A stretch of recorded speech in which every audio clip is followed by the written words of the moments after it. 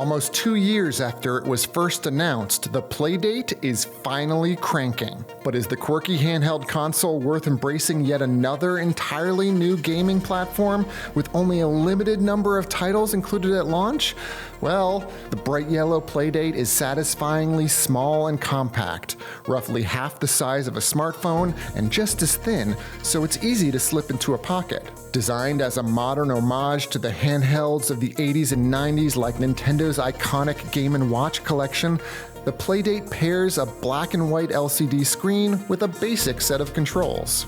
The handheld's directional pad and action buttons lend themselves well to casual gameplay, but you won't find any analog joysticks or shoulder buttons here.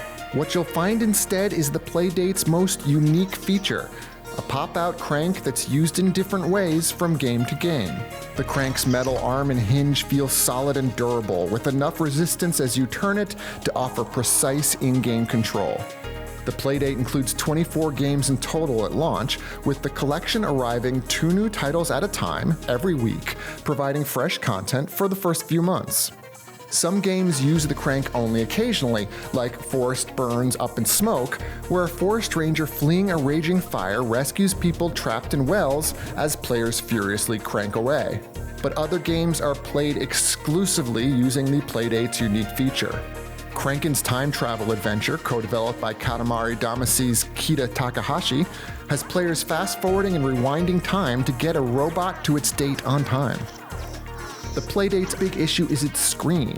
It doesn't have any lighting, which often had us struggling to see the screen unless a light source was directly overhead.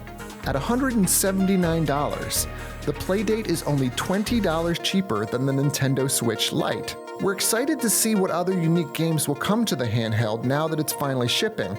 To read more about this review, check out Gizmodo.com.